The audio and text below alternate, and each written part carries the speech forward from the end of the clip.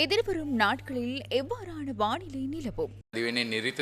நாட்டின் தென்மேற்கு பகுதியில் மழையுடனான வானிலை நிலவும். குறிப்பாக மேல் சப்ரகமுவ, மத்திய வடமேல் மாகாணம், காலி மாத்தறை மாவட்டங்களிலும் இடைக்கிடையே மழை பெய்யக்கூடும். மேல் சப்ரகமுவ மாகாணங்களிலும் காலி மாத்தறை, கண்டி மற்றும் நுரேலியா மாவட்டங்களில் இன்று 75 மில்லிமீட்டர் வரை மழை வீழ்ச்சி பதிவாகும் என எதிர்பார்க்கப்படுகின்றது.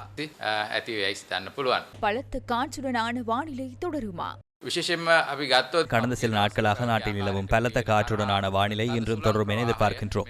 மேல் சப்ரகமுவ, மத்திய, தென், வடமேல், வடக்கு, வடமத்திய மாகாணங்களிலும் திருகோணமலை மாவட்டத்திலும் மணித்தியாலத்திற்கு 50 கிலோமீட்டர் வேகத்தில் காற்று வீசும். இதன்போது அவதானமாக செயற்படுமாறு மக்களிடம் கோரிக்கை விடுக்கின்றோம்.